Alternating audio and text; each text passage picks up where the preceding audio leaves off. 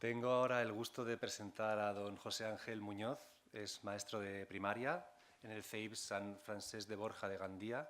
Ha sido maestro en Luisiana, Estados Unidos, maestro especialista en lengua extranjera en diversos centros de Cataluña.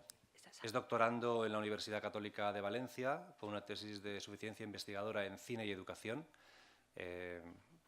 diploma de estudios avanzados por la UNED, diplomado en Magisterio por la Universidad Católica de Valencia, licenciado en Ciencias Biológicas por la Universidad de Valencia, también un pensador de amplio espectro, con una nutrida trayectoria en comunicaciones científicas sobre cine y educación. Les dejo sin más con don José Ángel Muñoz, que nos va a hablar de héroes en el cine infantil.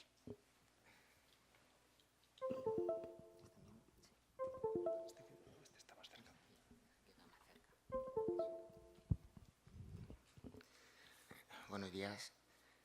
Bueno, gracias, Bosco. En primer lugar, quería agradecer a José Cosme, que es el tutor y director de mi tesis, el haberme hablado de estas jornadas, el haberme presentado a José Alfredo Peris, que esa misma tarde me recibió, me dio la oportunidad de participar aquí. Y bueno, y creo que fueron los 15 minutos que me atendió uno de los más productivos que ha habido en mi vida, porque, bueno, de ahí salieron muchísimas cosas. En mi comunicación no voy a hacerla tan intensa como la de mis compañeros, porque estoy acostumbrado a tratar con otro tipo de público. O sea, no os voy a meter tanta caña. Pero, y bueno, la he dividido en tres partes. La primera, quería hablar un poco del camino del héroe en el cine infantil, luego de las diferencias entre los superhéroes, el cine comercial y los héroes que suelen aparecer en el cine infantil, y por último, a las habilidades que se pueden llegar a desarrollar o las competencias para la vida visionando esas películas y trabajando con ellas. Lo que pasa es que había elaborado un vídeo para la primera parte y casi prefiero ponerlo al final, ¿no? Que queda siempre como un poquito más refrescante. De modo que la parte primera del camino del héroe en el cine infantil la veremos al final, y ahora vamos si funciona el, ¿no? Ay, qué bien. Mira, justo a tiempo. Hablaré un poco al principio. Comunicación, ¿no? Sí, comunicación aquí. A ver, hablaré un poco al principio de las diferencias entre los superhéroes y los héroes del cine infantil. ¿De acuerdo? ¿Cómo era F5?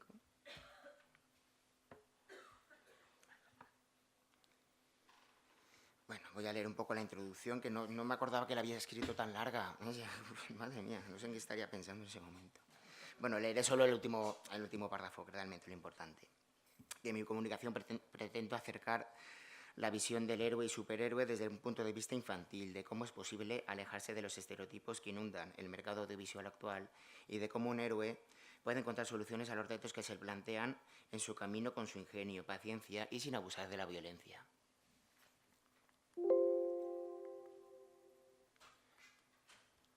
Bueno, vamos a ver un poco lo que estábamos diciendo, diferencias entre los superhéroes y héroes en el cine infantil.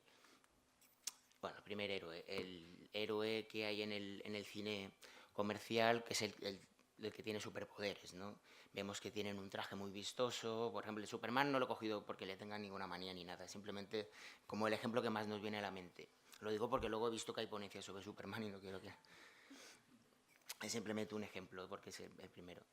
Pero sí que es verdad que para hacerlo más vistoso incluso lo ponen como muy barroco, ¿no? Una capa que realmente seguramente le molestaría a la hora de volar, ¿no? Si no pondrían cortinas detrás de los aviones para facilitarles el vuelo, o el calzón por fuera, en fin, es para llamar un poco la atención sobre el personaje. Tienen super fuerza, vuela, y posee una condición atlética, etcétera, y hace uso de la violencia, es decir, él no dialoga, normalmente llega, ve que hay un conflicto y ¡bum!, a resolver.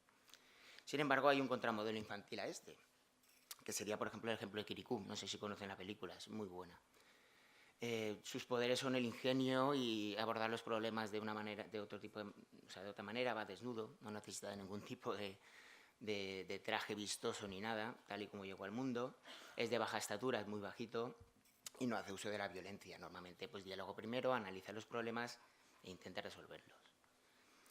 El segundo tipo de héroe que he encontrado sería este héroe que no tiene superpoderes. Por ejemplo, Batman. Batman no nació con superpoderes, ni es de ninguna estirpe nacida de los dioses, ni nada. Simplemente es un hombre adinerado que cree que con su dinero y con su fortuna, pues en vez de donarla a las fuerzas del orden a los cuerpos de seguridad del Estado para dar una aportación para que ellos puedan combatir el crimen, él cree que lo puede hacer mejor él mismo. Así es que utiliza pues, una armadura que se hace uso de tecnología, de un supercoche y de su tiempo libre, porque pensará que es mejor eso que atender a sus negocios. Y pues él es el justiciero, ¿no? Que pues, cuando pasa algo lo llaman y él acude, haciendo uso pues, de la tecnología, etc. Normalmente con poco diálogo, es un personaje muy oscuro. Uy, perdón. Y el contramodelo infantil a este sería Tadeo Jones. Es un personaje de origen humilde, no tiene estudios, pese a que se mete en el mundo de la arqueología, comete errores con mucha frecuencia que le llevan a meterse en problemas, pero utiliza los pocos medios que tiene para resolverlos. Y muchas veces utiliza sus propias vivencias del mundo ordinario que ha tenido anteriormente para poder salir de los atolladeros en los que se mete. Tercero serían las ligas de superhéroes, ¿no? Como estas hermandades que hay para luchar contra el crimen, normalmente, bueno, comandadas por alguien que está detrás de un ordenador y tal.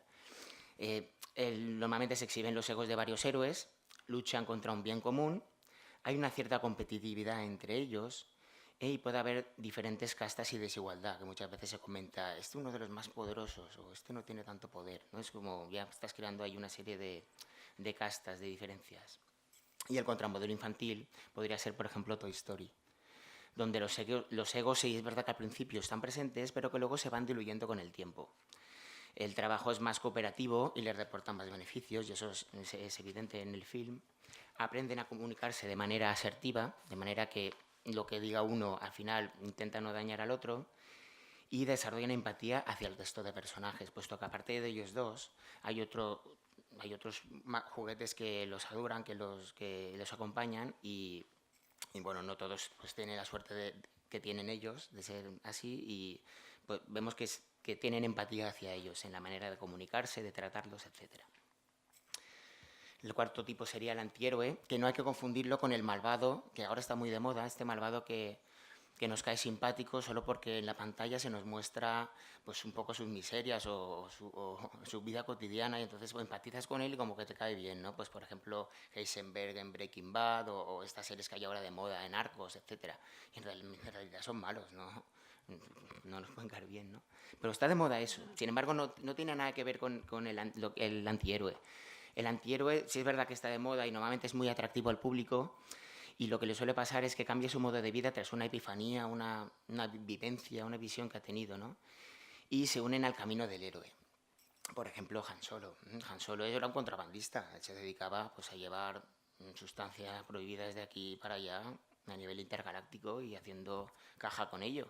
Pero claro, de alguna manera se cruza en el camino, de manera así, con estos personajes, Luke Skywalker, etcétera, y al principio pues lo típico, se ríe un poco de ellos, pero poco a poco va viendo, ¿no? Va teniendo la epifanía y acaba uniéndose a la causa.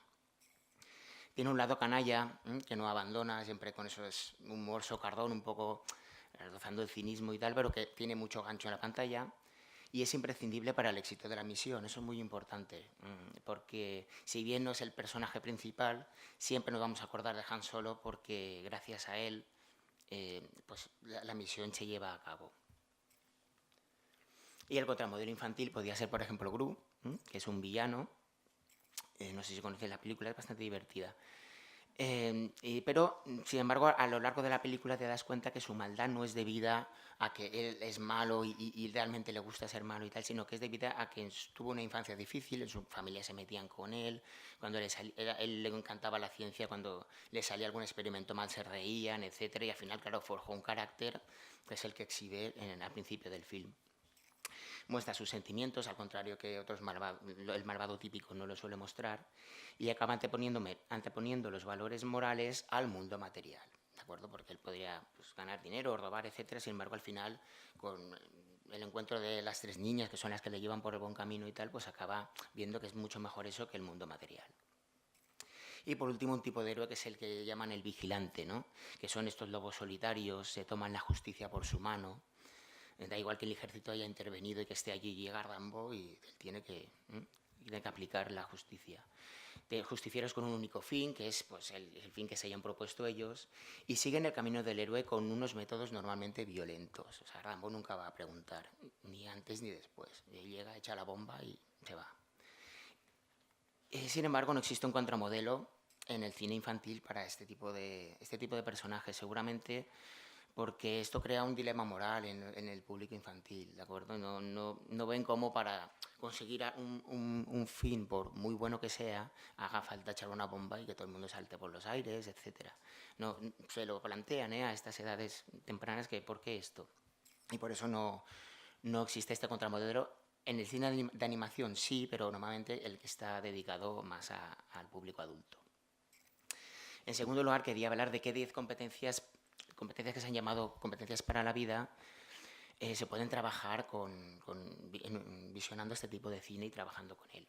Son una serie de competencias que enumeró Vizquerda principalmente junto a otros autores que integran todos los conocimientos, destrezas, habilidades y valores de la persona para generar conductas o comportamientos que les aporten satisfacción, equilibrio, bienestar. Y a partir del uso del cine en el aula se pueden llegar a trabajar estos valores.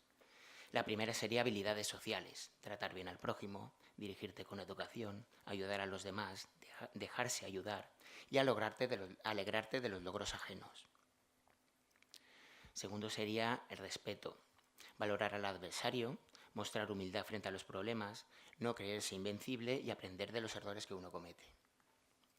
Comunicación, pues saber escuchar, establecer un diálogo con el resto de personajes y recoger las enseñanzas que te da el mentor. Cuarto, asertividad, que es opinar sin ofender, aprender a no defenestrar las opiniones contrarias, que eso está muy de moda, respetar todas las intervenciones y actuar sin agresividad. La quinta sería la empatía, ponerse en lugar de terceras personas, decidir teniendo en cuenta a los demás, pasar de un punto de vista egocéntrico a uno más social. Sexto sería cooperación y trabajo en equipo, compartir objetivos e intereses, comprometerse a un fin común, desarrollar el sentido de la pertenencia a un grupo, se entiende, o sociedad, o cultura, crear sinergias que nos hagan más fuertes. Séptimo, control de las emociones, buscar el equilibrio emocional, identificar las emociones que nos pueden perjudicar para prevenir problemas posteriores, mantener calma ante situaciones límite y tomar decisiones con lógica. Control del estrés, esto me ayuda mucho para ahora que estoy nervioso. Afrontar situaciones con actitud positiva, pensando que todo el mundo me va a escuchar y tal. Aprender a no procrastinar para evitar agobios. Procrastinar, no dejar las cosas para mañana y hablaré y al final pues que no te pille el toro. Y saber gestionar situaciones de presión y paciencia para alcanzar el éxito. Novena, resolver conflictos, identificar cuáles son los problemas, anticiparse a situaciones que pueden resultar desagradables, evaluar riesgos y negociar y consensuar las soluciones. Y por último, la toma de decisiones. Evaluar los pros y los contras, evitar presiones propias o de terceros y evaluar las consecuencias y consultar a los involucrados, como ha dicho mi compañera, consultar a los hijos antes de tomar alguna decisión, etc. Consultar es muy importante. Y bueno, voy a poneros ahora el vídeo que había hecho, que es en el que se refleja fragmentos de cine dedicado al público infantil, donde están más o menos los pasos del camino del héroe.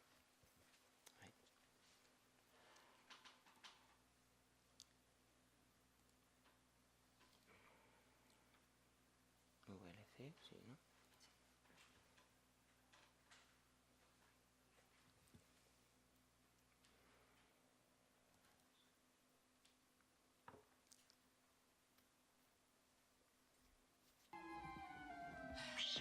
Uy. Y ahora, estimado Effendi, llegó la hora del festín. Ten. Vamos, cógelo.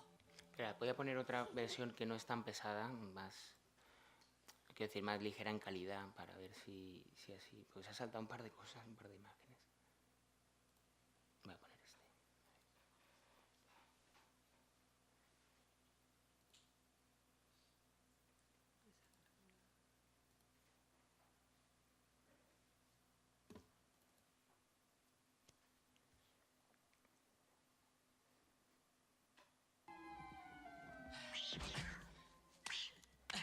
Y ahora, estimado Effendi, llegó la hora del festín. Ten. Vamos, cógelo.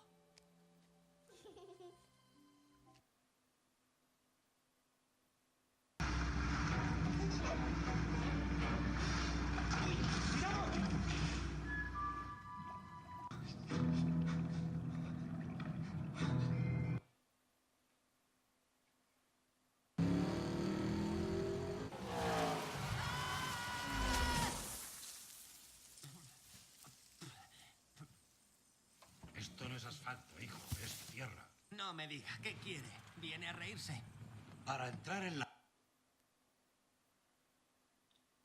Abuelo, soy pequeño y quisiera ser grande. Y cuando seas grande querrás ser pequeño. Ahora eres pequeño y has conseguido entrar donde nadie más podía entrar. Alégrate. Solo sobrevivió el más joven. ¿Dónde está? En la ruta de los flamboyanes. Ha ido a luchar contra la bruja Carabá. Entonces, debo ir a ayudarle. Tu hijo nos ha avergonzado. Es un niño malcriado. Kirikou traerá la desgracia a nuestro pueblo. ¿Jugamos a los caballitos? ¡Oh, sí! ¡Sí! ¡Vamos a jugar! No hablamos contigo. Vete, no jugamos con los pequeños.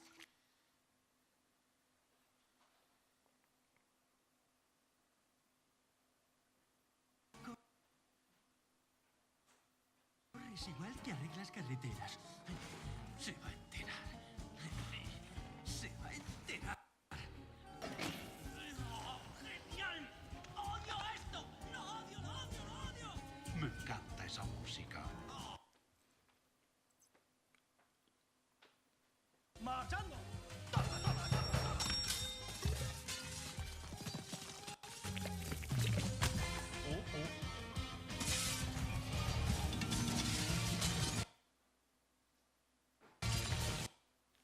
¡Tiempo! ¡Enhorabuena! ¡Lo has conseguido! Y aquí tienes tu coche.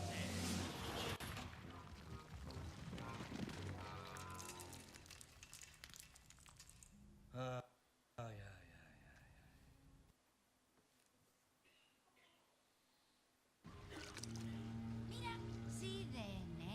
Sidney. Sidney. Y otra vez Sidney. Tenía razón, Dory. ¡Lo conseguimos!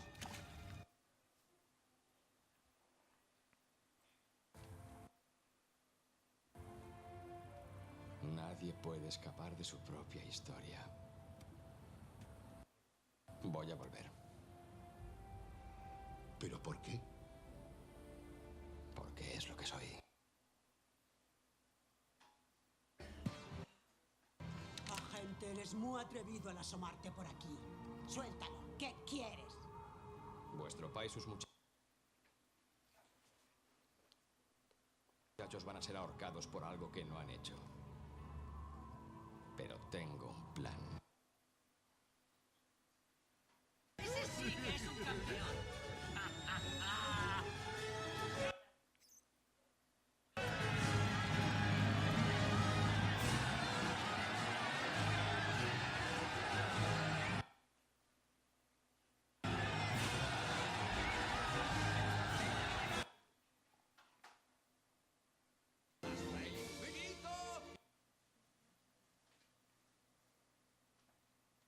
¡Y más allá!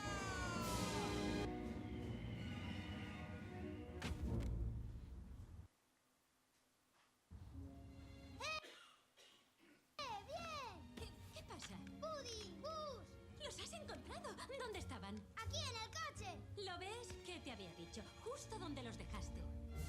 Bueno, la lista de películas que he utilizado y bueno, eso es todo. Gracias.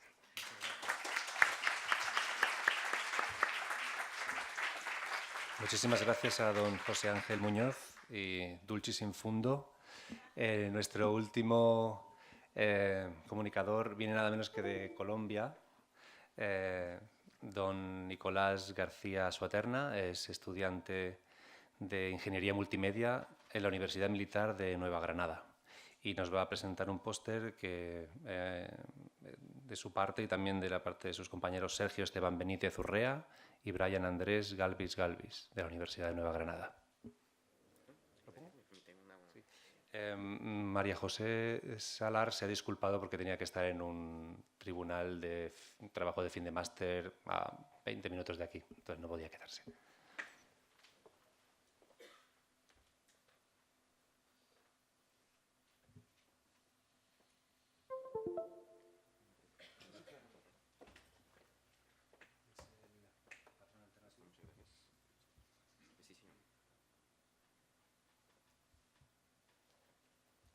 ¿Me permiten control de diapositivas, por favor? Gracias.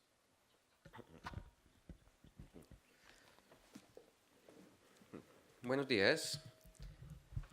Yo vengo en representación de nuestro semillero de investigación, el Grupo Progreis de la Universidad Militar Nueva Granada. Entonces nosotros desarrollamos un patrón alternativo al camino del héroe, que desarrollamos tras ver la necesidad del tener que distanciarnos de todos estos patrones, de todos estos esquemas que hemos seguido de la época de la antigua Grecia e incluso antes, desde que el ser humano ha empezado a narrar mitos. Porque a pesar que las historias que implementan el camino del héroe se diferencian unas de las otras por sus personajes, por su historia, por sus temáticas, si las descomponemos a sus elementos más estructurales, obviamente vamos a descubrir que siguen un patrón. En este caso, el camino del héroe o se encuentran clasificadas dentro de las 7 historias que plantea Christopher Booker, que son la tragedia, el viaje y el regreso, entre otras. Ahorita no entraré en detalle en eso. Y este simple hecho hace que sea sencillo para algún espectador que conozca el tema el poder predecir qué, cuándo, cómo y qué es exactamente lo que va a suceder en una obra. Entonces, en otras palabras, se compromete la predictibilidad de una obra al haber ya estado expuesto a varias horas que usan el camino del héroe. Por ejemplo, en muchas películas, tanto en el cine para adultos, por así decirlo, en el cine infantil, simplemente ese patrón y nosotros podemos predecir qué es lo que va a suceder, porque o cuántas veces hemos escuchado la frase, claro que puede, es televisión, o es el protagonista, entonces tiene que vencer de alguna manera, o en el caso de las tragedias, el protagonista o grupo protagónico no van a lograr su cometido porque así lo ha establecido el tono de la historia. Entonces lo que nosotros planteamos es un patrón alternativo que busque no comprometer la predictibilidad de la historia, o en su efecto que sirva como una referencia para los creadores de contenido al momento de estructurar su historia, sea para una obra literaria, para una obra de cine, para una obra de teatro, entre otros. Listo, entonces nuestro patrón podría ver como una modificación del camino del héroe. Nosotros empezamos primero por establecer nuestro mundo, por nuestro primer paso, un desenlace contextualizado. Al momento de elaborar nuestro patrón, nosotros nos basamos en 2 premisas claves. La primera es que el mundo siempre se va a mantener en movimiento constante. Por más influyentes o poco influyentes que seamos nosotros, tenemos que reconocer que el mundo no gira en torno a nosotros. Esto también puede extenderse a una obra de ficción, donde los protagonistas no tienen que ser necesariamente el motivo de cambio del mundo o el motivo de cambio en algún evento que sucede. Tenemos que reconocer que el mundo se encuentra en constante movimiento y que esto afecta directa o indirectamente las acciones que nosotros hagamos o que en este caso nuestros protagonistas lleven a cabo. Entonces aquí nosotros comenzamos con la trama con un desenlace de un hecho anterior. Ninguna historia surge de la nada y debe tener un precedente. Entonces aquí hacemos reconocimiento a sus precedentes. ¿Qué es el mundo en donde nos encontramos? ¿Por qué es el mundo? ¿Quiénes son sus habitantes? Establecemos las reglas de juego para así pasar a la introducción de nuestros personajes. Aquí, como su nombre lo dice, conoceremos a nuestros personajes, cuáles son sus motivaciones, qué es lo que los impulsa. Todavía no apareció una problemática en sí, pero esto nos daría una idea de cómo ellos serían capaces de reaccionar ante una problemática. Y aquí mismo surge la segunda base que nosotros tuvimos en cuenta al momento de realizar nuestro patrón, que es que para nosotros, en nuestro punto de vista, no existe un bien o un mal. Solo hay personas con ideologías distintas, con pensamientos distintos, que entran en choque y a causa de ello generan conflictos. Que nosotros podemos tener una persona que sea objetivamente la más deplorable en que podamos pensar, pero también toca tener en cuenta que cada uno se considera el héroe de su propia historia. O sea, nosotros de por sí no nos vemos a nosotros mismos como villanos. Cada quien es el héroe de su propia historia y el encasillar a alguien como bueno o como malo ya depende, según nuestro punto de vista, ya valga la redundancia, depende del punto de vista de cada quien. Entonces, nosotros de aquí ya establecemos los elementos básicos de una historia, lo más básico que se tiene en cuenta en el momento de estructurar una obra. para luego pasar a el destino crea a la persona del momento. Aquí me gusta hacer un símil al llamado la aventura del camino del héroe. Pero ¿cuál es la diferencia? A diferencia de la llamada a la aventura, esta llamada no puede ser rechazada. ¿Qué quiere decir? Así como en la vida real, así nosotros rechacemos una llamada o una problemática, la problemática va a seguir ahí. Y esta va a pasar alguna otra persona va a tener que lidiar con ella. Entonces, aquí pueden pasar tres cosas que también van a ir ligadas a un punto posterior, en el cual entraré en más detalle posteriormente. Aquí el protagonista puede decidirse aceptar o rechazar la llamada. Independientemente de lo que haga, habrá un segundo protagonista o se dará pie a una subtrama donde, en el caso de haberla rechazado, este segundo protagonista tendrá que lidiar con la trama que el primer protagonista habrá rechazado. Entonces, más adelante entraremos en contexto de qué es qué otra cosa puede suceder acá. Por el momento entramos a la autosuperación, que aquí es donde surgen los conflictos personales de entre los personajes. Se establecen quiénes son los aliados o los oponentes ideológicos de nuestras partidas protagónicas y cómo van a reaccionar frente a la trama, frente a esta llamada, frente a esta problemática que ya acaba de surgir. Es decir, acá conoceremos más a fondo a los personajes. Para luego entrar al paralelismo, que en lo personal es el punto más interesante de la historia, porque aquí es donde pueden pasar tres cosas. La primera es que ambos personajes, o ambos protagonistas, el protagonista principal y el secundario, acepten sus respectivas tramas. Si las aceptan, seguiremos con completa normalidad al sexto paso. Si ambas la rechazan y la rechazan constantemente, daremos pie a la tragedia, que es donde ocurrirá un hecho que se supone no había pasado si los protagonistas hubieran intervenido. Y lo otro que puede pasar es qué pasa si uno la acepta y otro la rechaza. Como el problema en sí no va a desaparecer, pues aquí nosotros planteamos un intercambio de tramas. La trama que iba a ser asignada al primer protagonista puede pasar a nuestro segundo protagonista y viceversa. O sea, que uno la acepte o uno la rechace. Aquí ya depende de la necesidad de la historia y cómo el autor quiera llevarla a cabo. Para luego iniciar nuestro segundo acto, la confrontación. Aquí ambas tramas van a ocurrir en paralelo, se van a afectar una a la otra directa o indirectamente y tenemos que hacer reconocimiento de una tercera partida o de un mundo global, partiendo de la premisa que el mundo se tiene que mantener en constante movimiento. Este mundo o esta tercera partida pueden decidir apoyar u oponerse a nuestros protagonistas, ayudarlos o oponérseles o depende de lo que el autor quiera llevar a cabo. Pero aquí debe hacerse reconocimiento a que el mundo se encuentra en movimiento constante y que nuestros protagonistas no son el centro de nuestro universo. Para luego pasar a la exposición, que es en sí ya el nudo de la historia. Nos encontramos en la mitad del segundo acto. Aquí pueden pasar escenas de acción, escenas de desarrollo de personajes. Es el nudo de la historia y, como su nombre lo dice, es el momento de la exposición. Podemos pasar ya a nuestro octavo paso, la nueva amenaza. ¿Qué significa esto? Aquí entraremos a más detalle en qué es esta tercera partida. Conoceremos más a fondo sobre este mundo, cuál es su trascendencia en la historia que estamos narrando y qué eventos habrán sucedido antes si no se han ya revelado progresivamente a lo largo de la historia. De aquí en adelante pasamos a nuestro punto de convergencia. Ocurrirá una segunda confrontación entre personajes, habrá un segundo nudo, por decirlo así, ocurrirán más confrontaciones, todas las partidas se conocerán entre sí, o no necesariamente, no directamente entre sí, pero por lo menos harán un reconocimiento a que tal persona existe, así no haga parte de mi propia historia y me está afectando de esta y de esta manera. Y aquí también ya empezamos a resolver las subtramas para dar pie a nuestro desenlace, para que nuestro desenlace sea el desenlace de una historia en sí, que es la sumatoria de todas estas subtramas y de todo lo que el mundo ha movido para llegar a este punto en específico. Aquí también hay que tener en cuenta el hacerle énfasis a los elementos del primer acto que tuvieron poca importancia. O un ejemplo, un ejemplo. En el primer acto puede haber este personaje o este objeto, este elemento que no se le hizo tanto énfasis, pero como el simple hecho de estar ahí implica que en algún momento de la historia vuelva a aparecer. Muchas veces lo hace en el tercer acto y uno ya espera que, digamos, al final en una problemática, este personaje tenía cierto conocimiento o tenía cierto objeto que no podía ser esencial para este punto de la trama o que llega milagrosamente y acaba con nuestros problemas. En muchas historias ha pasado esto, es sumamente predecible y hay muchos ejemplos de ello. Entonces, el hecho es hacerlo llegar acá en este punto y no en el tercer acto, solo para que cumpla un rol, sino para que ya entre con más coherencia al desenlace, se le haga un reconocimiento. Para luego ya entrar a nuestro tercer acto, vamos en la introducción a nuestro desenlace.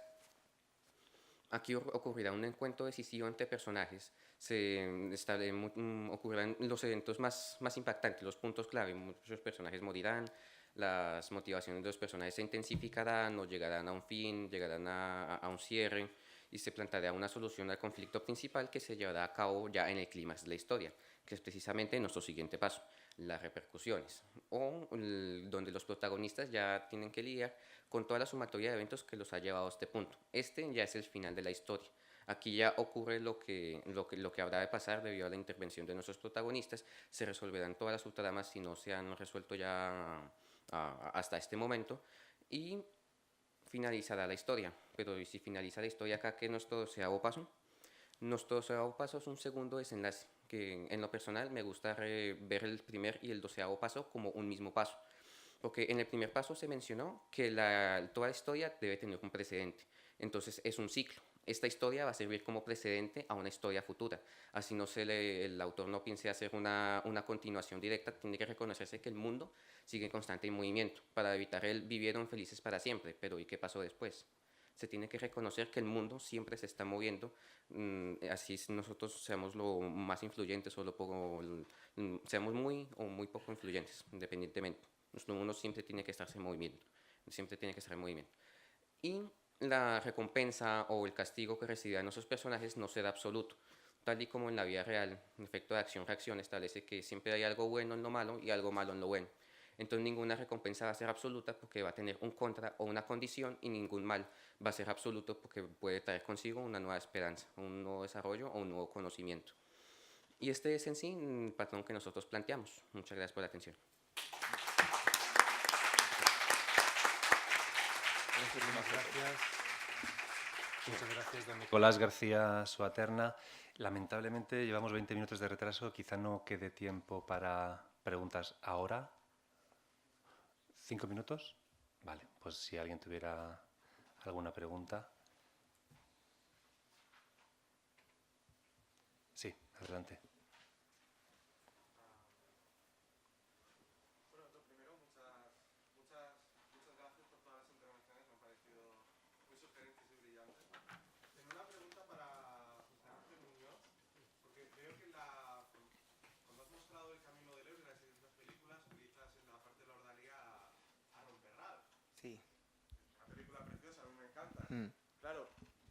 Pero en la película de Romperralph es una película que no solo atrae a niños, sino que, por ejemplo, atrae a mucha gente mayor, que el fenómeno de los videojuegos, cuando todavía no estaba normalizado las videoconsolas en las casas, iban al recreativo del pueblo o de la ciudad. Mucha gente pues, que ahora tiene, claro, unos 35 años, incluso más. Claro, entonces la pregunta es, ¿un modelo infantil mostrado en una película también podría ser un modelo para adultos? Un modelo ¿quiere decir el modelo de Ralph como, por ejemplo, como héroe? Sí, de hecho, una de las escenas de la película quería mostrarla, es que no quiero encontrar el final, pero bueno, en un momento de la película, que no es exactamente el final, pero cerca, él mismo dice, soy un malo, no sé qué, pero así es como me defino y no me importa, y creo que sí que puede ser un modelo, porque conocerse a uno mismo y utilizar esto para mejorar, yo creo que sí que puede ser un buen modelo también para la gente adulta, claro. Bueno, cualquiera de ellos. La película, la que más he utilizado, Kirikou, también me parece una excelente película para verla con tu pareja, que decir que aunque sea de animación, es una película buenísima.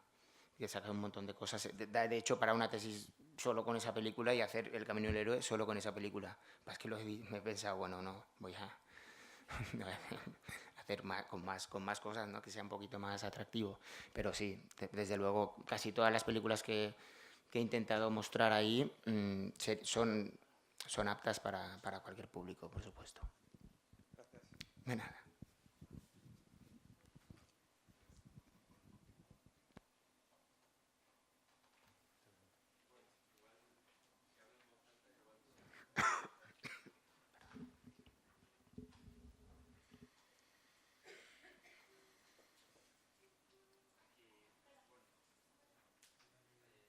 Yo quería solo como una reflexión que me ha venido a raíz de la primera ponencia. Bueno, agradezco todas las ponencias que han sido muy interesantes. Que también reconozco en mi propio interés, ¿no? Porque yo también me dedico un poco al cine y la filosofía desde hace un tiempo. Y entonces creo que a veces cuando nos ponemos a pensar sobre el cine, tratando de darle un enfoque filosófico, hay un peligro, y es emplear el cine como apoyo o como herramienta para ya luego podernos explayar sobre una serie de ideas filosóficas. Entonces, que a mí me pasa también continuamente, y me parece que es algo que en el mundo anglosajón ocurre mucho, porque es donde está más desarrollado todo esto, ¿no? De cine y filosofía, pero que en el largo plazo es peligroso, porque no se está haciendo justicia a la naturaleza del cine, del medio cinematográfico, que piensa en sus propios términos. O sea, yo creo que es una tarea para cada uno, ¿no? Es como un reto descubrir cuáles son esos propios términos del cine, ¿no? Ese lenguaje suyo a través del cual él mismo piensa en sus términos, ¿no? No sé, lo siento, igual suena un poco negativo, pero es una reflexión que lanzo en voz alta y que me la aplico también a mí mismo, no sé. Sí, gracias por la observación. Sí, efectivamente me declaro culpable de usar el texto como pretexto. Pero algo había de lo que quería decir Kaurismäki, ¿no? Pues eso, lo demás tendré que revisarlo. Gracias.